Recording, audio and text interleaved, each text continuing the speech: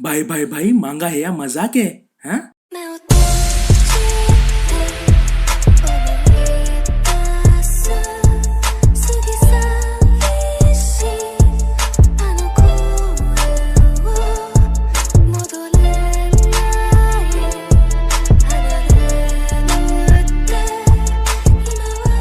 Hello guys, तो कैसे हैं आप सब लोग? तो ये टॉपिक आजकल क्या कहूँ, सच में बहुत इस टॉपिक पे बोलना नहीं चाहता था मैं, लेकिन क्या आप लोगों को पता है पिछले कुछ 2 महीने से इस मांगा पर इतनी ज्यादा कंट्रोवर्सी हो गई है जो कि ये मैटर यूएस तक चला गया है। हालांकि वो वही आदमी है जिसने गणेश जी पर बोला था ड्रैगन बॉल सुपर के वक्त। वो है राजन जैद, प्रेसिडेंट है यूनिवर्सल हिंदुइज्म का यूएस में, जो कि हिंदू कम्युनिटी को भी रिप्रेजेंट करते हैं यूएस में। जब यूएस में किसी गेम की या फिर एनिमी की बात की जाती है तो पहले इन महाशय से पूछते हैं कि है गुरुवर्य, हम फलाने को चलाए बैन लगवाए। आप लोग जानते ही होंगे मैं किस चीज की बात कर रहा हूँ। तो आते हैं हमारे आज के मेन प्लॉट पे। आखिर क्यों इतनी ज्यादा कंट्रोवर्सी हो रही है इस मांगा को लेकर और इसके एनिमे अडेप्टेशन को लेकर? तो नेटफ्लिक्स ने इसका एनिमे अनाउंस कर दिया है और इसका प्रोडक्शन अभी जारी है, लेकिन ये जून में ही इसका एनिमे आएगा, ऐसी अनाउंसमेंट किया है नेटफ्लिक्स वालों ने। इसका शॉर्ट ट्रेलर उन्होंने अपलोड कर दिया है, जिन्होंने नहीं देखा तो जाके देखिए और अपनी राय बताइए। तो इस मांगा को लिखा गया है शिन्या उमेमुरा ने और ताकुमी फुकुई ने, और इसे इलस्ट्रेट किया है अजिचिका ने। तो मांगा सेनन मंथली मैगजीन में 2017 में चालू हुआ। तब किसी को नहीं पता था कि इस तरह के मांगा इस तरह की कंट्रोवर्सी पैदा करेगा।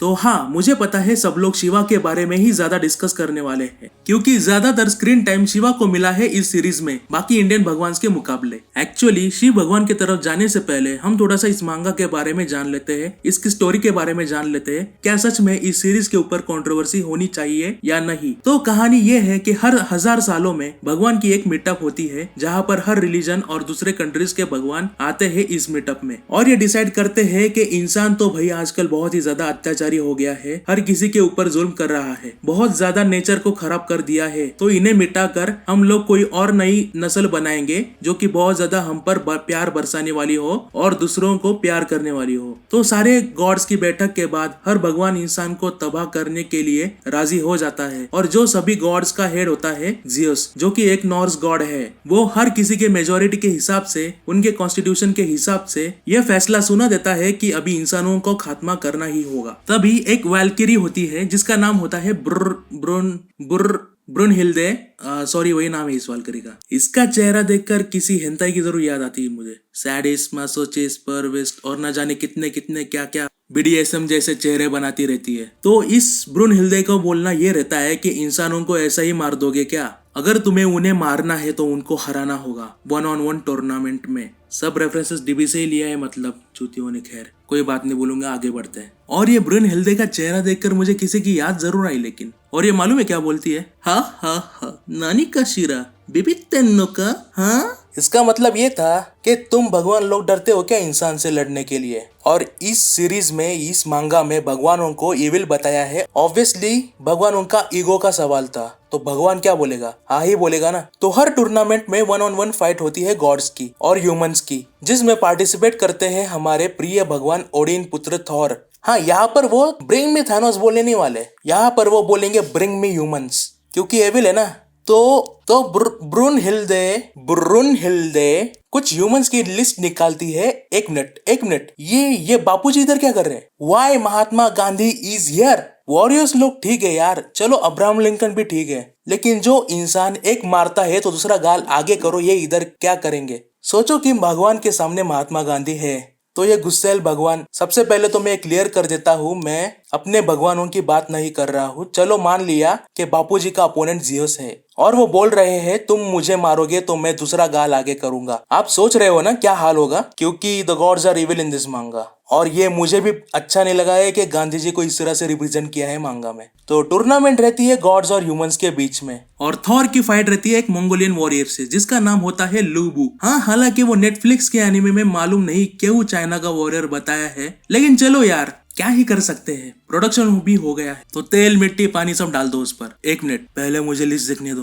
ओए ओए ओए ओए ओए ओए, ये 2 नाम क्या कर रहे हैं यहाँ पे? ये वाला तो भी ठीक है, ये जानो तो ये तो है ही कुकर दरिंदा, लेकिन ये बंदा यहाँ क्या कर रहा है? Why the hell Nikola Tesla is in this manga? तो आपको क्या लगता है गाइस, निकोला टेस्ला कैसा फाइट करेगा? कि ये मेरा डीसी करंट देखो, अब मैं इसे कैसे ऐसी करंट में कन्वर्ट करके गॉड्स की धज्जियां उड़ाता हूँ, तुम दबा। ओ शिट, इलेक्ट्रिसिटी शॉर्टेज, जरूर एडिसन ने कुछ किया होगा, साला वायरमैन। खैर ये हुई सब हंसी मजाक की बात। तो गॉड्स और इंसानों के बीच में फाइट्स होना टूर्नामेंट में चालू हो जाता है और पूरी लिस्ट को सेट कर दिया जाता है। मैं पहले ही बोल दे रहा हूँ, अंडर 16 प्लीज आप लोग ये मांगा को ना ही पढ़े तो ही बेहतर है, क्योंकि काफी ज्यादा वायलेंट विजुअल्स भी है मांगा में। तो लिस्ट तय हो जाती है और ये बंदा यानी जियोस लिटरली मास्टर रोशी दिखाए यार, एर्रो एर्रो एर्रो। और सेकंड फाइट लिटरली कौन लड़ता है पता है आपको? The first human born in this world, Adam. Literally so bad कि उसे लगता ही नहीं कि किसके सामने खड़ा है वो। ज्यादा नहीं बताऊंगा क्योंकि अगर जिस किसी को अगर ये पढ़ना हो या फिर एनिमे देखना हो तो शायद स्पॉयलर्स दे सकता हूँ मैं। ठीक है, तो सब चीज हो गया, तो अब आते हैं हमारे मेन चीज के ऊपर जिसका मैं और आप बेसब्री से इंतजार कर रहे थे, यानी हिंदू इंडियन गॉड्स के ऊपर, जिसमें पता नहीं बुद्धा क्यों है, क्योंकि वो नेपाल के गॉड है, यानी हिंदू इंडियन गॉड्स के ऊपर, जहाँ पर सब भगवान लिए हैं। यार लिटरली शिवा का कैरेक्टर रिसेम्बलेंस करता है as it is as Nataraj मूर्ति, लेकिन सबसे बड़ी उन्होंने गलती की कि शिव भगवान को सर पे व्हाइट कपड़ा बांध दिया, जो कि आज से 100 साल पहले के इंडियंस का लुक होता था, जो कि किसान लोग पहनते थे। वैसे ये पता नहीं यार, ये जापान के मन में स्टेरियोटाइपिकल इमेज क्यों भरी है और फॉरेनर्स के मन में कि इंडिया तो बगड़ी ही बांधेगा और चमक चलो पे ही नाचेगा। व्हाट द फक यार, इसका जिम्मेदार कौन है? बॉलीवुड बॉलीवुड बॉलीवुड बॉलीवुड बॉलीवुड बॉलीवुड बॉलीवुड बॉलीवुड। खैर छोड़िए, क्या ही कर सकते हैं। शिव भगवान के अपीयरेंस का तो हो गया, लेकिन अब बात करते हैं स्वभाव की। जहाँ तक मुझे पता है कि हमारे शिव जी काफी भोले हैं, जिससे उन्हें भोलेनाथ भी कहा गया है। यहाँ पर तो पूरे कैरेक्टर की धज्जियां उड़ा दी है यहाँ पे। Literally he is annoying type person, lazy person, ignorant type of person. उन्हें मतलब पूरा का पूरा मजेदार कॉमिकली टाइप कैरेक्टर बना दिया यार। हेड्स ऑफ क्रिएटर क्या बनाया हुआ, मजा आ गया। This is peace of an art. वो कैरेक्टर को लिटरली देख के यार मतलब क्या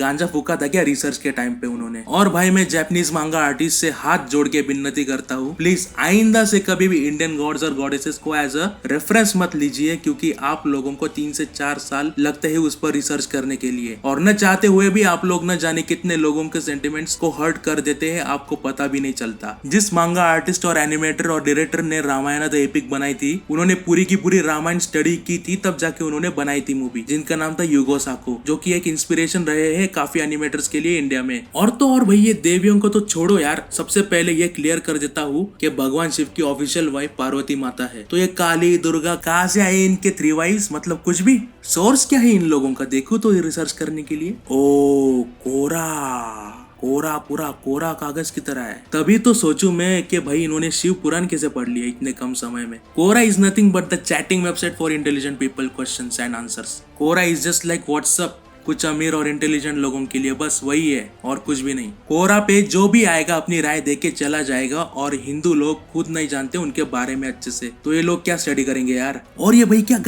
गणेश भगवान, पापा go get him, what is this यार, what the hell actually। और भाई भाई भाई भाई भाई इंद्रा, विष्णु एंड ब्रह्मा इतने ज्यादा रिसेम्बलेंस करते हैं कुछ एनिमे कैरेक्टर्स को यार, कभी कभी ऐसा लगता है लोग मॉक नहीं कर रहे हैं, लिटरली इनके स्टाइल में भगवान को बोल रहे हैं इंसानों को अब तुम्हारी जरूरत नहीं है, अब हम लोग तुम्हारी पूजा नहीं करेंगे, पूजा पाठ नहीं करेंगे। लिटरली ब्रह्मा नाप्पा लग रहा है ड्रैगन बॉल जी का, और भाई विष्णु भगवान तो साक्षात काने की केन, टोक्यो घूल, मास्क वाला कुल बंदा। वाह रे वाह, ये मतलब जरा हिंदू भगवान ही, ये जरा जापानीज स्टाइल मॉडर्न भगवान है इन लोगों के। और तो और ऊपर से इंद्र भगवान बहुत कूल एंड बैडएस दिखाए यार, उनको लिटरली कुछ तो स्मोक करते हुए दिखाया है। I mean what is this sense of humour, इतना भी बिजार और अजीबोगरीब सेंस ऑफ ह्यूमर भी होता है क्या? वो तो जाने दो भाई, गौतम बुद्ध को भी नहीं छोड़ा है भाई अपीयरेंस। आई मीन काफी कूल दिखाया है, मतलब पूरे बदन पे काली मॉडर्न स्टाइलिश वेस्ट, मुंह में लॉलीपॉप, बनियान पे उसचन। आई मीन वाओ, कहाँ से लाते हो इतनी क्रिएटिविटी। लेकिन एट द एंड उन्होंने भगवान बुद्ध को एक अच्छा भगवान बताया जो कि इंसानों की साइड लेता है। और ये हमेशा गौतम बुद्ध को इंडिया में क्यों दिखाया जाता है? आई मीन वो नेपाल को तो दिखाओ कम से कम यार, उनको तो थोड़ा सा क्रेडिट दो यार। आई मीन माना कि एंशिएंट टाइम्स में नेपाल इंडिया के साथ था, लेकिन जबकि अब अलग कंट्री है तो उनका भी थोड़ा क्रेडिट तो बनता है यार। लिटरली मांगा पढ़ते हो तो Nepali friends were Oh, Buddha is not from India. Come on, how can you do it? तो ऐसे कुछ कमेंट्स भी थे उधर। That's why मुझे लगा कि मैं इस टॉपिक के भी ऊपर बोलूँ तो। Anyways guys, काफी ज्यादा मजा बना के रखा है सभी भगवान का इस मांगा में, लेकिन वो पता नहीं उनके मांगा क्रिएटर्स ने क्या सोचा। ऐसा लग रहा है कि इनके मांगा का सांग को भगवान के नाम से इतनी ज्यादा चिढ़ है कि सारे भगवान को रोस्ट कर रहे कैरीमिनाटी बन के। लिटरली मैंने ये सोचा नहीं था कि इस मांगा पे एनिमे भी आ सकता है, क्योंकि एक ही रिलीजन के बारे में नहीं बोला गया है, इस पर सभी रिलीजन के भगवान को मौकी है यार। लिटरली लिटरली एडम एक डायलॉग मारता है, पूरा स्टेडियम एडम को भगवान मानने लग जाता है। वेल डायलॉग भी उतना पावरफुल होता है, पढ़ेंगे तो आपको पता चलेगा, स्पॉयलर्स कतई नहीं दूंगा आपको। और हाँ, जब वो डायलॉग मारता है तब यार कुछ हमारे मुस्लिम भाई भी दिखाए उधर प्रेयर करते हुए। ओह गॉड, आई मीन क्या कर रहे हो आप लोग यार? हाँ, मैं कह रहा हूँ कुछ तो भी बहुत ही एलियन प्रजाति का गांजा फूक के इन्होंने स्टोरी को डेवलप किया है। स्टोरी से याद आया, इन्होंने स्टोरी बनाई तो जरूर है, लेकिन कोई भी फैक्ट्स नहीं है पूरी मांगा में। The full story is a fictional. कुछ लोग कह रहे हैं कि पूरी की पूरी स्टोरी को इन्होंने मिस इंटरप्रेट किया है। तो भाई इसे मिस इंटरप्रेट नहीं बल्कि स्टोरी मैनिपुलेशन कहते हैं, जहाँ एक स्टोरी को सुनकर उस पर कुछ अलग से इमेजिन करना कि ये अगर ऐसा होता तो कैसा होता, और उस स्टोरी को अपने तरीके से लिखना, दैट्स कॉल्ड स्टोरी मैनिपुलेशन। ये हम लोगों ने हर लाइव अडेप्टेशन में, मतलब एनिमे लाइव अडेप्टेशन में देखा हुआ है, यहाँ तक कि मार्वल यूनिवर्स में भी हमने देखा है। इसीलिए कभी जापानीज लाइव अडेप्टेशन मूवीज कभी सक्सेसफुल रही है क्या? नहीं ना। स्टोरी को मैनिपुलेट करके इसके हिसाब से उसे इमेजिन करके कि ये सीन कैसे होगा, और वो सब रिप्रेजेंट किया जाता है किसी एक विजुअल में। यहाँ तक कि मार्वल यूनिवर्स में भी जो मूवीज आई है उनके कॉमिक्स के हिसाब से स्टोरीज बहुत अलग है। जब एनिमे या कोई लाइव एक्शन मूवी बनाते हैं तो सारा डायरेक्शन और स्टोरी डायरेक्टर के हाथ में रहता है। हो सकता है कि मांगा में जो भी दिखाया है, लिखा है, वो शायद एनिमे में ना हो, क्योंकि वो लोग अपने हिसाब से उसे मॉडिफाई भी कर सकते हैं, क्योंकि वो ऊपर से नेटफ्लिक्स भी है और नेटफ्लिक्स का काम ही है किसी रियल कहानी को तोड़ मरोड़ के अपनी खुद की कहानी बनाना। पता नहीं उसके पीछे का कोई एजेंडा है या नहीं, लेकिन मांगा में कोई एजेंडा नहीं, ये मैं डेफिनेटली और पक्का कह सकता हूँ। तो ये भी बोलना गलत रहेगा कि हिंदुइज्म को ही गलत इंटरप्रेट किया गया है मांगा में। हाँ, इमेजिन जरूर किया है, लेकिन बहुत से लोगों के हिसाब से जिन लोगों को ये बात पता नहीं होती है तो वो लोग यही सोचते हैं कि हमें गलत तरीके से रिप्रेजेंट किया है। तो ये सब कैसे किया? तो कैरेक्टर मैनिपुलेशन करके उससे अपने हिसाब से बना के, लिटरली जो जापानीज ऑडियंस है उनको सामने नजर में रख के ये सब बनाया, ना कि इंडिया को दिमाग में रख के या फिर किसी और कंट्री को दिमाग में रख के। और मैं अच्छी तरह से जानता हूँ कि जब एनिमे आएगा तो आधे से ज्यादा इंडियंस होंगे इसे देखने वाले, क्योंकि ये मांगा आते ही कंट्रोवर्सी शुरू हो चुकी थी। लेकिन स्टोरीज और फाइट इतने खतरनाक है इंडियन गॉड्स के कि ये आने से पहले ही इंडिया में बैन हो सकता है। हो सकता है कि कुछ मांगा आर्टिस्ट को लगा होगा कि चलो इस बार थोड़ा सा इंडिया का भी माहौल क्रिएट किया जाए, कुछ हिंदुओं के भगवान भी घुसा देते, उनसे भी अप्रिसिएशन मिलेगा, क्या पता। लेकिन घंटा क्या मिला? कंट्रोवर्सी। मराठी में एक कहावत है कि करायला गेला गणपति आणि झाला मारुति, वही हुआ है यहाँ पे। खैर, फाइट्स की अगर बात करें तो फाइट्स बहुत ज्यादा जबरदस्त है, इसमें कोई भी शक नहीं है उसमें। फिर से वार्निंग दे रहा हूँ कि अंडर 16 प्लीज, हो सके तो मत देखो या फिर मत पढ़ना इस मांगा को, ये आपके लिए नहीं बनी है। और अगर फिर भी आपका मन कर ही रहा है तो अपने रिस्क पे देखो बाबा, आगे आपकी मर्जी। हो सकता है कि ये एनिमे फर्स्ट सीजन इंडिया में ना भी हो बैन, क्योंकि सेकंड ट्रेलर में ये बताया है कि बस 3 मैचेस को टूर्नामेंट की झलक दिखाई है, और जो 4th मैच है वो बहुत ही ज्यादा इंटरेस्टिंग है, और उन्होंने शायद ये हाइप बढ़ाने के लिए बस 3 मैचेस रखे हैं शायद टूर्नामेंट के फर्स्ट सीजन में। लेकिन ये भी सच है कि अगर आप लोग बस एनिमे सीरीज को रिलीजियस के नजरों से देखेंगे तो इसमें सब कुछ बुरा लगेगा, लेकिन अगर आप बस कैरेक्टर और उनके फाइट्स के बेसिस पे ये आने वाले एनिमे को देखेंगे, then I am sure the fights in this Netflix anime gonna be a bomb. बस इनका एनिमेशन वैसा होना चाहिए जैसे कि मांगा में ड्रॉ किया गया है। और भाई मेरे कुछ इंडियंस लोग जरा आंख ऊंची और कान खोल के सुनिए प्लीज, के नतीजा जो भी निकले, हमें किसी को भी हरास करने की कोई जरूरत नहीं है। हमें किसी को भी हरास नहीं करना है, किसी को भी गाली गलौज नहीं करनी है। हाँ, you can take the strict action on anyone, लेकिन प्लीज किसी को भी गंदी गंदी गालियां देना छोड़ दो यार। इससे आप लोग बुली होते हो और इससे इंडिया का नाम भी खराब होता है। अभी अभी एक करी पुलिस सॉन्ग आया था, उसमें ऐसे ही इंडिया के बारे में कुछ गलत तरीके से मिस इंटरप्रेट किया था। वो एक यूट्यूब चैनल था जिसने ये सब किया था, लेकिन पता नहीं हमारे कुछ सर फिरे नौजवान लड़कों ने क्या किया, डायरेक्टली हर किसी के जापानीज यूट्यूबर के कमेंट में गालियां दे रहे हो यार। क्यों? क्या गालियां देने से आप लोग बहुत कूल बनोगे या फिर कुछ सब कुछ ठीक हो जाएगा? नो यार, उल्टा इससे और इंडिया का नाम बदनाम होता है। अगर हो सके तो यार उनको फॉरेनर्स को बताओ कि इंडिया क्या है, अच्छी अच्छी चीजें बताओ, ना कि गालियां सिखाओ। बस यही मेरा आज के युवा को ये मैसेज है। बस यार आज के लिए इतना ही। अगर आपको वीडियो पसंद आया हो तो लाइक करो, और साथ ही साथ में आपके जो भी राय है इस मांगा को लेकर, उसके एनिमे एडेप्टेशन को लेकर, तो कमेंट करो। और आने वाले किन किन टॉपिक्स पे मैं वीडियो बनाऊं वो भी बता दो यार। वैसे मैं वीडियो तो बनाता ही रहूंगा आप लोगों के लिए। हाँ, थोड़ा स्लो हूँ लेकिन बनाता जरूर हूँ यार। तो जमाता नहीं, फिर मिलेंगे, चलता हूँ बाय। और थैंक यू गाइज, आप लोगों की वजह से अभी 200 सब्सक्राइबर्स मैं पार कर चुका हूँ। Thank you. और थैंक यू गाइज जिन्होंने यार मेरा जो वीडियो था the history of Ganesha in Japan, जिन्होंने भी उस वीडियो को इतना ज्यादा शेयर किया कि उसके ऊपर अभी लगभग 20K व्यूज आए हैं। तो ऐसे ही सपोर्ट करते रहना guys. Thank you very much.